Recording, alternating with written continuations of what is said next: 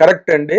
అక్కడ ఆంధ్రప్రదేశ్ లో కూడా చెన్నారెడ్డి గారి విగ్రహాలు ఉండాలి, మన గద్దర్ గారి విగ్రహాలు ఉండాలి. ఇంకా గద్దర్ కాడి దాకా రాలే మనం. నేను ఫస్ట్ మీరు డైరెక్ట్ కళాకారులు పోతున్నాను. ఇప్పుడు మీరు అంటే నేను ఏదో నిన్న మొన్న మాట్లాడేది కాదు, ఇది పోరాటం అప్పటి నుంచి నడుస్తున్న పోరాటమే. ఈయన వచ్చిన తర్వాత ఇంకా పుండు మీద కారం చల్లినట్టు అది రోషయ్య విగ్రహం అప్పుడే ప్రొటెక్ట్ చేసినాం.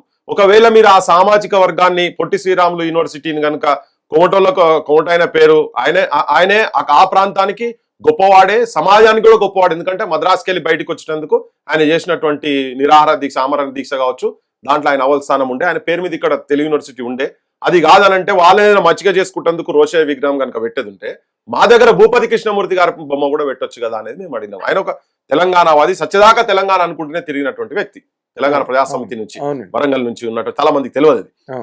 సో అయినాగా నేను ఏం చెప్పినంటే, ఒకవేళ రాజకీయ పెత్తనం కాడికి వచ్చినప్పుడు ఉండేది ఉంటే సమైక్య రాష్ట్రం, ఈవెన్ పివి నరసింహారావు గారిది కూడా ఒక ఆయన పేరు మీద జిల్లా పెట్టనుండే, మీరు అక్కడ ఓ యూనివర్సిటీలో 4 యూనివర్సిటీలు పెట్టనుండే. నంద్యాలకెళ్ళి ఎంపీ అయిన తర్వాతనే తన కూడా పోయి ప్రధానమంత్రి అయింది. సో అప్పుడు జరిగింది. తర్వాత మళ్ళా మొన్న లేటెస్ట్ గా మైత్రివనం దగ్గర రేవంత్ రెడ్డి మాట్లాడుకుంటూ ఇక్కడ పెద్ద ఆయన ఎన్టీ రామారావు అతని విగ్రహం ఇక్కడ విగ్రహం పెడతా అంటే వద్దనే దుర్మార్గుడు ఎవడని ఉంటాడా, ఒకవేళ ఆ దుర్మార్గుల కంటే ఎవరన్నా ఉంటే మూసిలేసి తొక్కుతా అని చెప్పని అన్నాడు. నేను అన్నట్టు జ్వరంతో వండుకున్నా నాగేంద్ర గారు, అది చూసినాక నాకు ఒక్కసారి నా జ్వరం అంతా ఎక్కడ వీకిందో తెలియదు. సో ఇమీడియట్ గా నేను ఒక వీడియో చేసి పంపించినది, జనాల్లో కూడా చాలా పోయింది. నేను ఇమీడియట్ బయటకు వచ్చి ప్రొటెస్ట్ చేసే స్టేజ్ లేకుండా. కానీ 2 days తర్వాత కేటీఆర్ కూడా సేమ్ మేము కాంచ విగ్రహం పెడతామని ఆయన అన్నాడు. అంటే ఆల్ పాలిటీషియన్స్ ఆర్ ఈక్వల్. నూక ప్రజాస్వామ్య బద్దంగా మేము ఇక్కడ పెడతాము పెద్ద అనేది, మీరు ఎవరైనా ప్రొటెస్ట్ ఉండేది ఉంటే చెప్పండి అనేది వేరుంటది. కానీ తొక్కుతా మూసిలేసి తొక్కుతా అన్న తర్వాత తెలంగాణ ఆత్మను తొక్కినట్టు జరిగింది. ఒక్క నిమిషం ఆగాలి మీరు ఇక్కడ. ఎన్టీ రామారావు గారు అనే వ్యక్తి అసలు మనం తెలంగాణ కావచ్చు, ఆంధ్ర కావచ్చు, చాలా దశాబ్దాలు మనం కలిసి ఉన్నాం. ఆంధ్ర కానీ తెలంగాణ అందరూ కలిసిన దాంట్లో అసలు తెలుగు వాళ్ళ ఆత్మగౌరవం కోసం పోరాడిన తొలి వ్యక్తి ఎన్టీ రామారావు. ఒక మాట. రెండో మాట, పివి నరసింహారావు నంద్యాలలో పోటీ చేస్తున్నప్పుడు తెలంగాణ తెలుగుదేశం మంచి హైలో ఉంది, ఎన్టీ రామారావు బ్రహ్మాండమైన స్వింగ్లో ఉన్నారు. కానీ ఆయన మన తెలుగు బిడ్డ ప్రధానమంత్రి కాబోతున్నాడు, అంచేత మనం పోటీ పెట్టడానికి వీలు లేదు ఇక్కడ అని చెప్పి బీజేపీ వాళ్ళు బండారు దత్తాత్రేయ గారిని ఫీల్డ్ చేశారు. కానీ ఎన్టీ రామారావు ఒప్పుకోలేదు. ఆ కారణంగానే ఆయనకి అత్యంత భారీ మెజారిటీతో ఆయన అక్కడ గెలిచి ప్రధానమంత్రికి వెళ్ళారు. ఎన్టీ రామారావు కామాత్రం క్రెడెన్షియల్స్ ఇవ్వలేరా మీరు? కరెక్ట్ క్వశ్చన్ వేసిన. ఆల్రెడీ ఎకరాలకు ఎకరాలు ఇక్కడ ఉన్నాయి కదండి. ఎవరికి? ఎన్టీ రామారావు ఘాట్, ఎన్టీఆర్ ఘాట్ ఉంది కదా. ఎన్టీఆర్ కు చాలా, నువ్వు ఏ జిల్లాలకు పోయినా ఏ మండలాలకు పోయినా ఎన్టీ రామారావు విగ్రహాలు ఆల్రెడీ ఉన్నాయి కదా. సో ఇక్కడనే పంచాయతీ అంతా. సో ఇక్కడ ఆల్రెడీ ఎన్టీ రామారావుకు రావాల్సినటువంటి గౌరవం ఇక్కడ దక్కింది. కానీ ఇక్కడ ప్రాంతంలో ఉన్నటువంటి ప్రభాకర్ రెడ్డి, అదే సినిమా రంగంలో ఉన్నటువంటి వాళ్ళకు గౌరవం, పైడి జయరాజ్ గారు కానీ, మోహన్ రాజ్ గారు వీళ్ళందరికీ రావాలా, త్యాగరాజ సొంటలు కూడా కావాలా లేదా, రావాలా లేదా? 100% కావాలి కదా.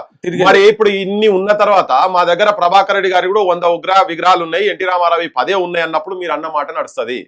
ఇంకోటి, మీరు ఎన్టీ రామారావును మీరు ఒక కోణంలో చూస్తున్నారు. నేను నటన రాజకీయం కూడా, రాజకీయాలలో కూడా చెప్తున్నా.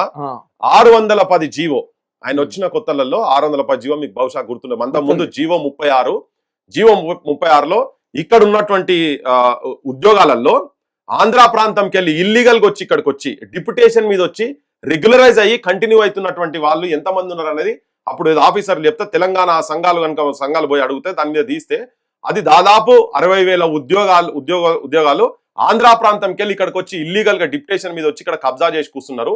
దీన్ని రిపాట్రియేట్ చేయాలి, అవసరమైతే సూపర్ న్యూమరీ పోస్టులు క్రియేట్ చేసి ఆంధ్రాకు పంపించాలని జీవో తీసిన తర్వాత దాన్ని ఇంప్లిమెంట్ చేయలేదండి ఎన్టీ రామారావు.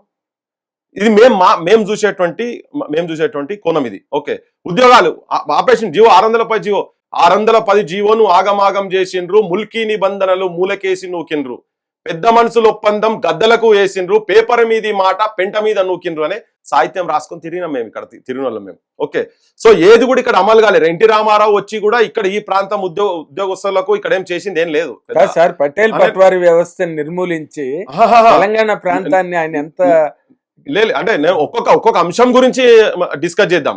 ప్రతిదీ మీరు అట్లా అని ఇక్కడ బుల్డోజ్ చేసి పడేసి కూర్చుంటా అంటే కూడా కుదరదు కదా. ఆ వ్యవస్థ తీసేసిండ్రు అని అంటే ఆ వ్యవస్థ గురించి చాలా పోరాటాలు కూడా జరిగినాయి. ఈ ప్రాంతంకి వెళ్ళి ఉన్నటువంటి వాళ్ళు కూడా తన మీద ఒత్తిడి చేసిండ్రు.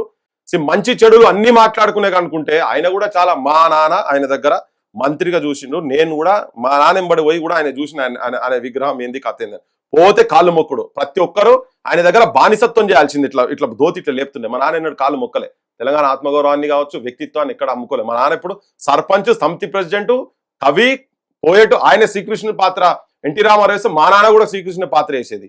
మా నాన్న కూడా పద్యాలు వాడేది. జెండాపై కపిరాజు అని చెప్పని మా నాన్న కూడా పాటలు వాడినోడే. ఈయనెప్పుడు ఆయన దగ్గర కాళ్ళు మొక్కలే. కానీ ఆ రాజకీయ పరమైనటువంటి ఆధిపత్యం ఏదైతే అహంకారమైన తల మీద ఉండేనో మీరు ఒక కోణంలో చూస్తున్నారు, మేము ఇంకొక కోణంలో చూస్తున్నాం. ఈ ప్రాంతంలో చెప్తాను, ఈ ప్రాంతంలో నక్సలైట్లు దేశభక్తులు అని చెప్పిండు ఫస్ట్ వచ్చిన తర్వాత అధికారంలోకి వచ్చే వరకు. నక్సలైట్లే దేశభక్తులని గద్దెకెక్కిన మరుసటి రోజు రాడికల్లు స్వర్ణమ్మను చంపి రక్తం బొట్టు పెట్టుకున్నారనే సాహిత్యం ఇక్కడికి వచ్చింది. ఇలా ఈయన అధికారంలో ఉన్నప్పుడు పోతవురో రామన్న పేదోల్లా ఉసురు దలిగి బీదోల్లా ఉసురు దలిగి మా బిడ్డల ఉసురు దలిగి కన్న పిల్లల ఉసురు దలిగి పోతవురో రామన్న అన్నాడు. పోయిన తర్వాత పోతివీరో రామన్న అనే సాహిత్యాలు కూడా ఇక్కడికి వచ్చి, అంటే బోత్ సైడ్స్ బోత్ యాంగిల్స్ ఉన్నాయి. మీరు ఒక పివి నరసింహారావు అక్కడ నిలబడ్డందుకు తెలుగు జాతి ఔన్నత్యం అని చెప్పని మాట్లాడుతున్నారు. కానీ తను వచ్చిన తర్వాత ఇక్కడ కూడా సినిమా రంగంలో ఇప్పుడు సపోజ్ మద్రాస్కి వెళ్ళి ఇక్కడ సినిమా ఇండస్ట్రీ ఇక్కడికి వచ్చిన తర్వాత నాగేశ్వరరావుకి ఇచ్చిండ్రు, సురేష్ బాబు వాళ్ళ నాయనకి ఇచ్చిండ్రు, కృష్ణకి ఇచ్చిండ్రు, చాలా మందికి భూములు ఇచ్చిండ్రు కదా.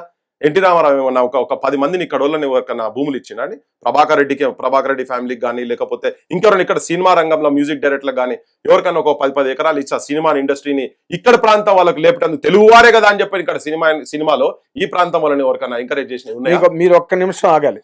కాంతారావు గారిని ఎన్టీ రామారావు గారికి డేట్లు ఖాళీ లేని టైంలో ఆయన చేయడానికి అవకాశం లేనప్పుడు బ్రదర్ కాంతారావు గారిని పెట్టుకోండి, వారు మాలాగే చేస్తారు, వారు మాలాగే ఉంటారని చెప్పి నిర్మాత ఆయన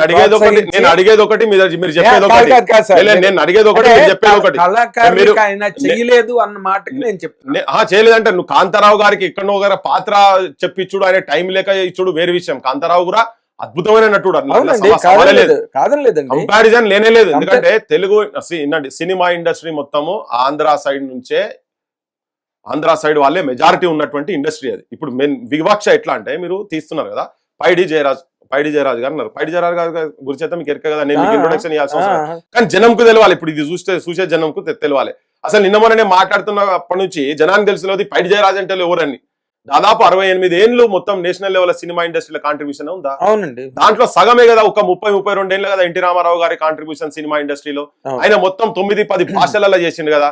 రామారావు గారు ఎన్ని భాషలలో చేసిండో మీరే చెప్పాలి కదా నాకు. తెలుగు భాష అంతే కదా, ఒకటే కదా. ఆయన 9-10 భాషలలో చేసిండు.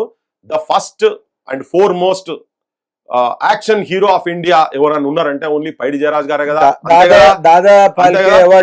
అవార్డు విన్నర్ కూడా కదా, అంతే కదా. 68 ఇయర్స్ సినిమా ఇండస్ట్రీలో ఉండి ఆయన ఇంకోటి మద్రాసు నుంచి ఇక్కడికి సినిమా ఇండస్ట్రీ షిఫ్ట్ అయ్యేందుకు గల కారణాలల్లా ఆయన ఒక ప్రధానమైన కారణం కదా. ఆయన పేరు ఎక్కడా ఉండదే. ఎక్కడ ఇప్పుడు ఎన్టీఆర్ ఘాట్ కట్టినట్టు ఆయన ఘాట్లు కట్టలేదే. ఆయన మీద ఎక్కడ కూడా గత పాలకులు చేయలేదు, ఇప్పుడున్నటువంటి పాలకులు కూడా చేయలేదు. మరి వాళ్ళ గురించి మాట్లాడాలి కాదండి. మీరు